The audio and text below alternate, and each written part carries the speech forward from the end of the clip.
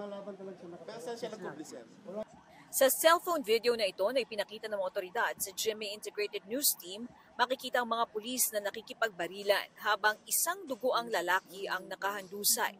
Dahan-dahang lumapit ang mga pulis sa sospek na nakakubli sa likod ng isang puno. Tuloy-tuloy ang barilan hanggang nakalapit na ang mga pulis sa sospek na nooy duguan. Ang lalaking nakahandusay ay kapitbahay ng 65 taong gulang na sospek. Batay sa paunang investigasyon, inabangan daw siya ng sospek. Una raw binaril ng sospek ang kanyang pamangkin na 52 taong gulang na umaawat noon. Dead on the spot ang pamangkin. Pagdating nga dito, dun sa may kanto, inabutan kagad nila yung sospek na may armado. Mapansin nyo, siya una nagpaputok doon sa patrollers natin. Naitakbo sa ospital ang sospek at ang biktimang kapitbahay, pero parehong binawian ng buhay.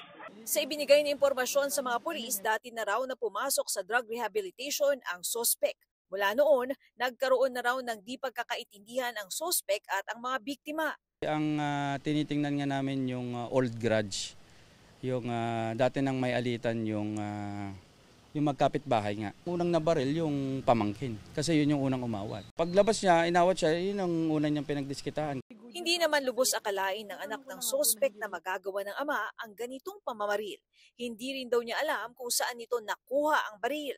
Nakausap pa raw niya kahapon ng ama at sinabi nito na nabalitaan daw nito na kukunin daw muli siya at dadalhin sa rehab.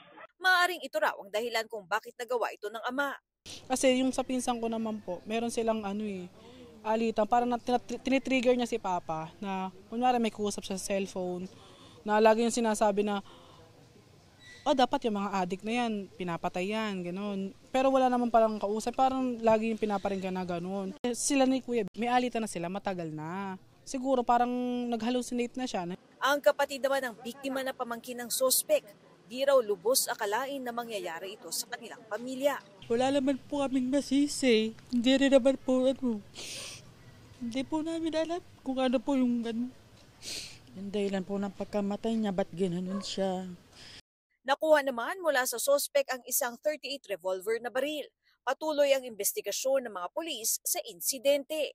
Para sa GMA Integrated News, Katrina Son, nakatutok, 24 oras.